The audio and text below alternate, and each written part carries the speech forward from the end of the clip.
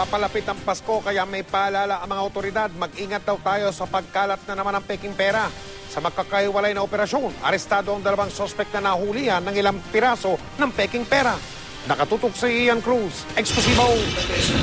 At 12 piraso ng... Dahil sa pag-iingat umano ng peking pera, kalaboso ang dalawang ito na kinilalang sina Roel Angeles at Charlene Mataganas. Unang naaresto sa kanto ng Buendia at Leverista sa Pasay noong linggo ang 23 taong gulang na si Mataganas.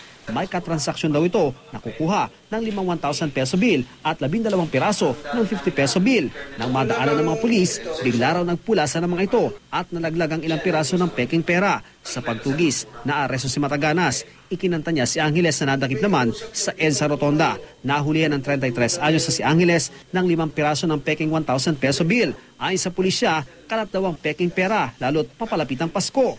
Kalimitan talaga kumakalat yan para ipang shopping. No? Kasi madaling mailusot yan sa mga pamilya na mga nagmamadali. Halimbawa sa mga tianggi, sa mga lugar na marami nagtitinda.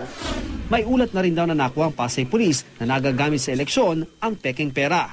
May mangilan-ngilang mga pipitsuging politiko na kulang sa resources na gumagamit din ng mga wad na pera para makakalap siguro ng boto. Although na ang confirm pa yan. Naharap ang 2 suspects sa reklamong illegal possession and use of false treasury or banknotes and other instrument of credit. Doon nga lang po yan sa bahay, sir. Ano yan? Kasi nga po, napigil lang po yung nanay ko niyan. Ngayon po, siguro po, ang ano ko niyan, may nagpuntang tao siguro doon. Pero, ko, yan lang yung dala.